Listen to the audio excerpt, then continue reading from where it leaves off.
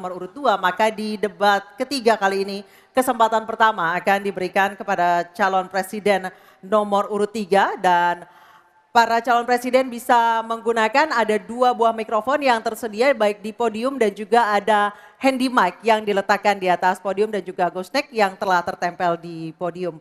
Untuk itu kami persilakan calon presiden nomor urut 3 Bapak Ganjar Pranowo menyampaikan visi misi dan program kerja. Kami persilakan Bapak untuk menuju ke podium. Dalam waktu 4 menit dimulai saat Bapak berbicara.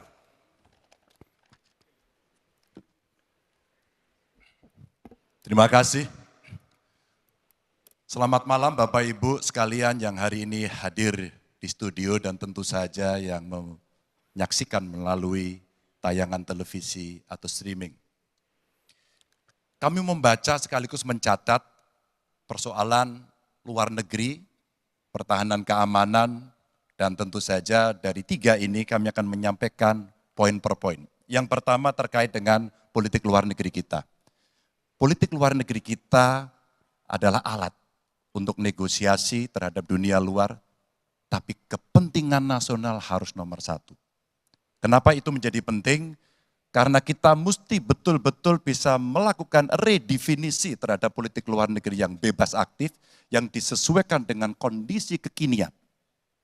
Ini penting karena apa? Karena kita perlu untuk memilih, memilah, dan memprioritaskan yang menjadi kekuatan, keinginan dari bangsa dan negara ini. Rakyat butuh bekerja, rakyat butuh lapangan kerja lebih banyak, investasi harus lebih banyak. Maka kita mesti memperkuat infrastruktur diplomasi kita, duta besar, para diplomat, dan tentu saja inilah yang mesti kita berikan penugasan-penugasan untuk membereskan persoalan-persoalan kepentingan ekonomi nasional dalam konteks kekinian.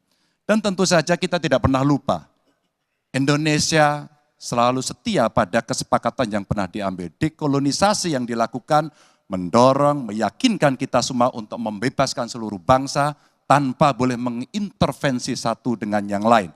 Dan inilah komitmen kita pada kemerdekaan Palestina yang kita dukung terus-menerus.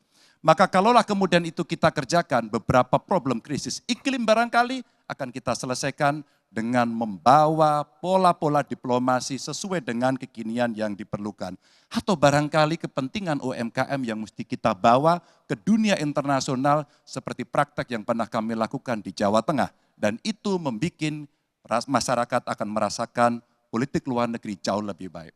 Pertahanan, sistem pertahanan rakyat semesta mesti kita dorong, kita lapisi dengan pertahanan yang betul-betul berlapis dan kita jadikan benteng pertahanan Nusantara sebagai sebuah satu kesatuan. Dan kita perlu melakukan penataan gelar pasukan karena IKN menjadi pusat gravitasi baru.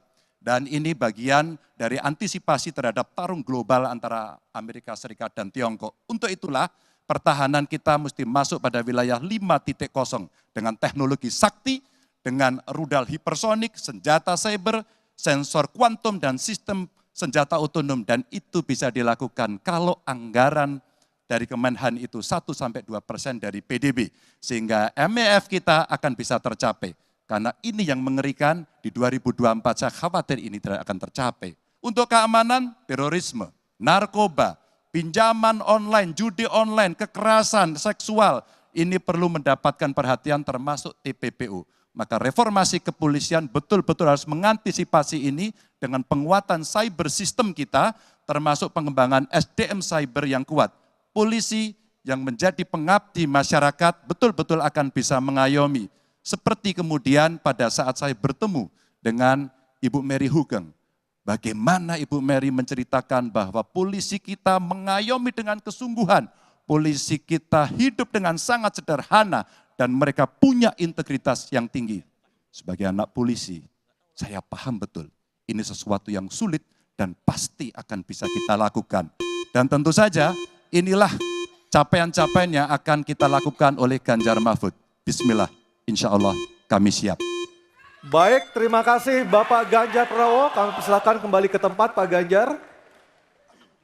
Kami persilakan kepada Bapak Anies Rashid Baswedan untuk menuju podium menyampaikan visi, misi, dan program kerja dengan waktu 4 menit.